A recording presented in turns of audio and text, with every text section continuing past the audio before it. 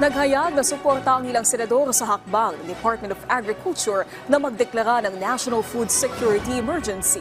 Si Daniel Manalastas sa sentro ng balita.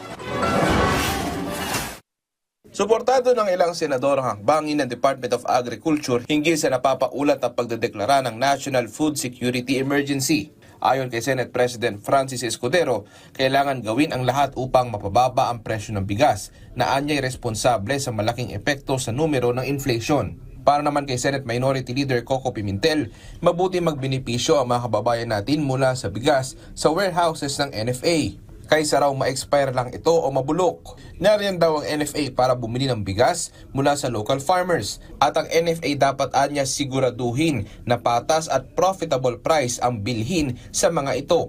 Hinggil naman sa posibleng egg shortage at pagtaas ng presyo, mungkahi ni Senator Sherwin Gatchalian sa Agriculture Department ay maging maingat upang maiwasang makapasok ang highly pathogenic avian influenza. Habang kinikilala ng senador ang pagsusumikap ng DA, dapat anyang gawing prioridad ang proteksyon ng ating lokal na industriya. Dapat din daw makipagtulungan ng DA sa local poultry farmers para masigurong sapat at abot kaya ang supply ng poultry products.